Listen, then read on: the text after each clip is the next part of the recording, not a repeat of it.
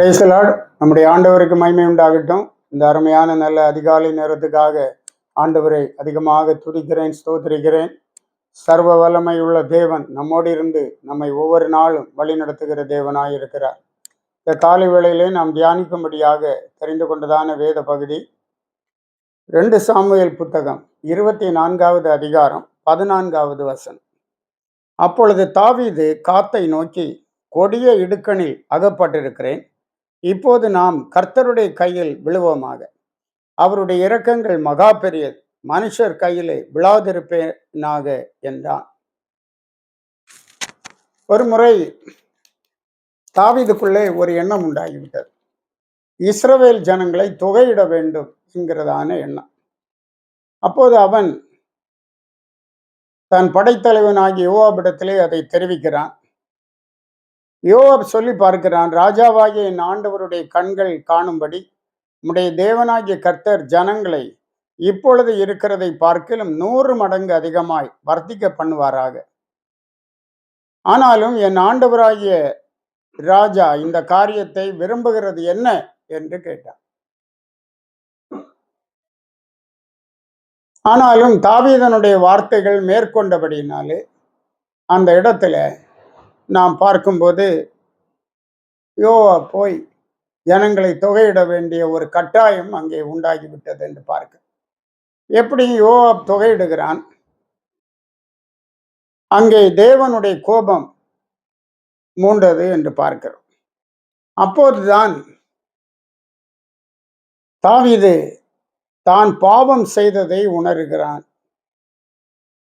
தாவீது சொல்லுகிறான், அப்பொழுது தாவீது கர்த்தரை நோக்கி, நான் இப்படி செய்ததினாலே பெரிய பாவம் செய்தேன். இப்போதும் ஆண்டவரே, உமது அடியானின் அக்கிரமத்தை நீக்கிவிடும். நான் மகா புத்தியீனமாய் செய்தேன் என்று சொல்லுகிறத பார்க்கிறேன். ஆண்டவருடைய பிள்ளைகள் எப்போதும் தேவனுடைய சத்தத்துக்கு சித்தத்துக்கு ஏற்றபடி நடக்க வேண்டும். புத்தியீனமான காரியங்கள், பாவமான காரியங்கள், துணிகரமான பாவங்கள் ஆண்டவருடைய பிள்ளைகள் செய்யக்கூடாது. தேவன் அதை விரும்புகிற தேவனும் அல்ல.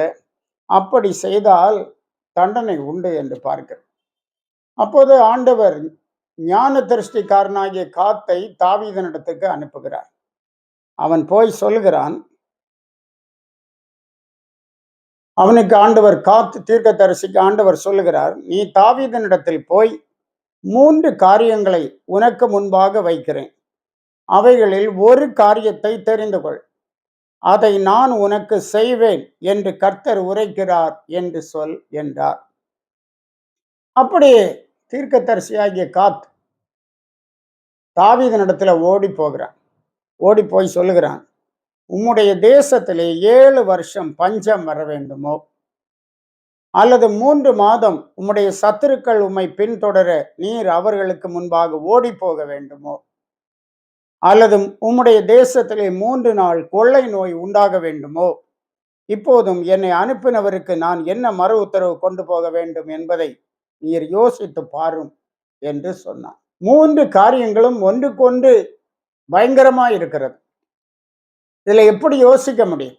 ஒரு அப்ஜெக்டிவ் டைப் ஆன்சர் செலக்ட் பண்ணது போல ஆண்டவர் இந்த 3 காரியங்களை சொல்லி, கண்டிப்பாக ஒன்றை தெரிந்து கொள் என்று தாவீதை தீர்க்கதரிசியின் மூலமாக கட்டாயப்படுத்துகிறார். அதுவும் எனக்கு இப்போதே ரிப்ளை வேண்டும் என்று அவன் கேட்கிறான். அப்போதான் தாவீது சொல்லுகிறான், தாவீது காத்தை நோக்கி, கூடிய இடுக்கணில் அகப்பட்டிருக்கிறேன். தன்னுடைய வாழ்க்கையில அவன் ராஜாதான், கொடிய இடுக்கணில் அகப்பட்டிருக்கிறான். இப்போது நாம் கர்த்தருடைய கையிலே விழுவோமாக. அவருடைய இரக்கங்கள் மகா பெரியது, மனுஷர் கையிலே விழாதிருப்பேனாக என்று சொல்லுகிறான்.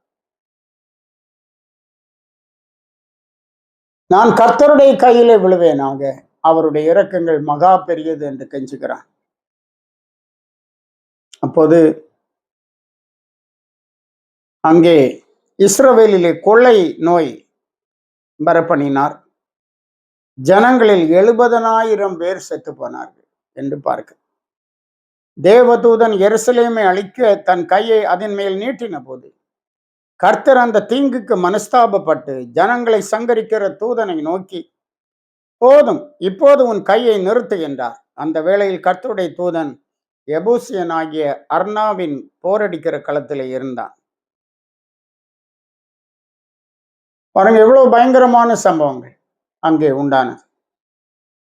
அப்போதுதான் தாவீது சொல்லுகிறான், நாம் கர்த்தருடைய கையிலே விழுவோமாக, அவருடைய இரக்கங்கள் மகா பெரியது.